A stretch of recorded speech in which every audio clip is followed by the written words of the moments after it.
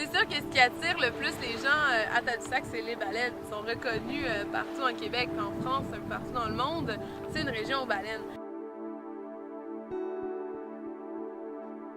Oui, il y a des baleines dans le fleuve, oui, il y a des baleines à Tadoussac, mais il y a aussi une faune, une flore extrêmement biodiversifiée sous l'eau qui mérite d'être reconnue. Ici, il y a un parc marin, oui, il a été créé avec grâce à que les baleines et tout ça, les blues sont là, mais je trouve ça dommage qu'il n'y ait pas le public ou juste le monde, les touristes qui viennent ici, qui ne prennent pas le temps juste de voir qu'est-ce qu'il y a vraiment sous le miroir du Saint-Laurent ici.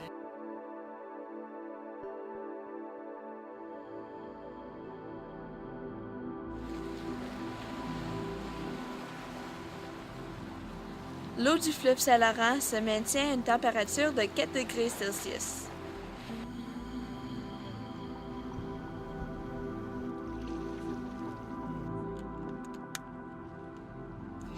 Ces plongeurs du centre Explonature s'apprêtent à exposer le plus grand secret du parc.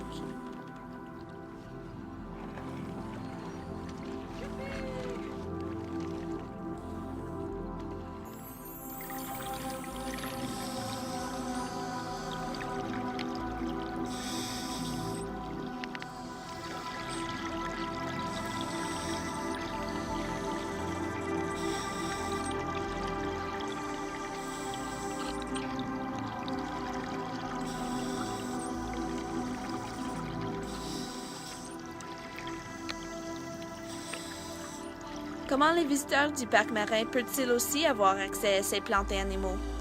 Le programme Saint-Laurent en direct permet au public de ressentir l'expérience de plongée sans même le mouiller des orteils.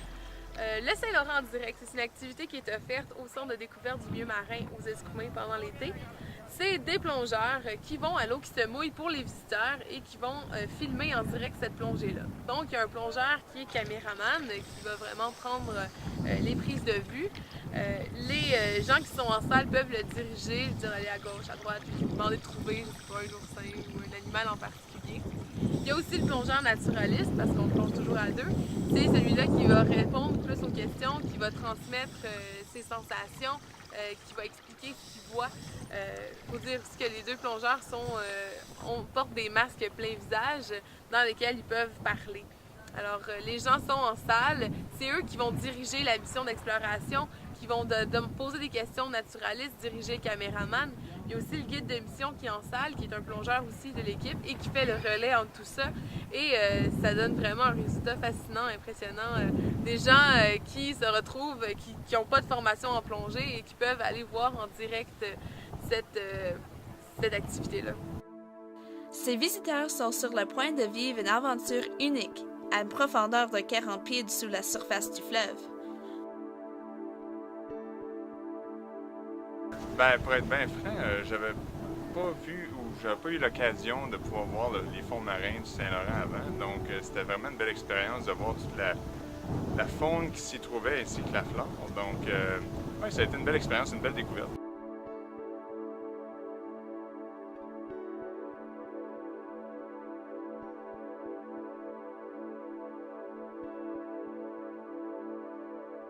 Et quand même, moi, je demeure près de Cornwall et mon fils fait de la plongée. Donc, il m'a toujours dit que le Saint-Laurent était sale. J'ai été très, très surprise de voir tout ce qu'on peut voir et les couleurs.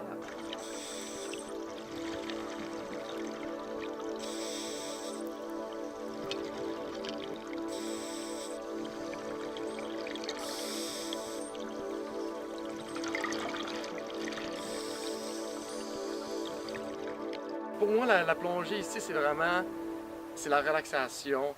C'est juste sortir du monde terrestre qu'on est ici et vraiment de s'immerger dans un autre monde qui est sous l'eau aussi.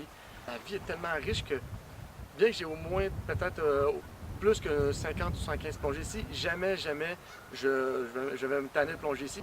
Mais moi, vraiment, la plongée qui m'a le plus marqué, je pense, c'est l'été dernier. J'ai fait une plongée de nuit. J'ai été surprise parce que j'avais déjà plongé quelques fois sur ce site-là. Et là, je l'ai redécouvert la nuit.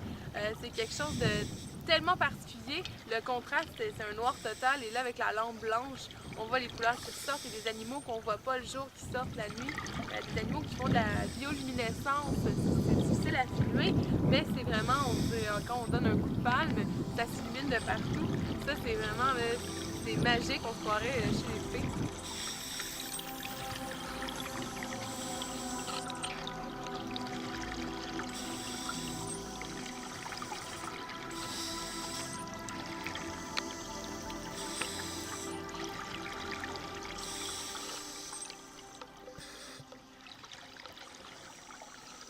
On oublie que le fleuve peut être riche. On pense souvent que c'est une immense poubelle, qu'on va retrouver des motoneiges ou des cadavres. Mais non, c'est pas ça qu'on retrouve. C'est vraiment un milieu qui mérite la peine d'être connu et reconnu à sa juste valeur.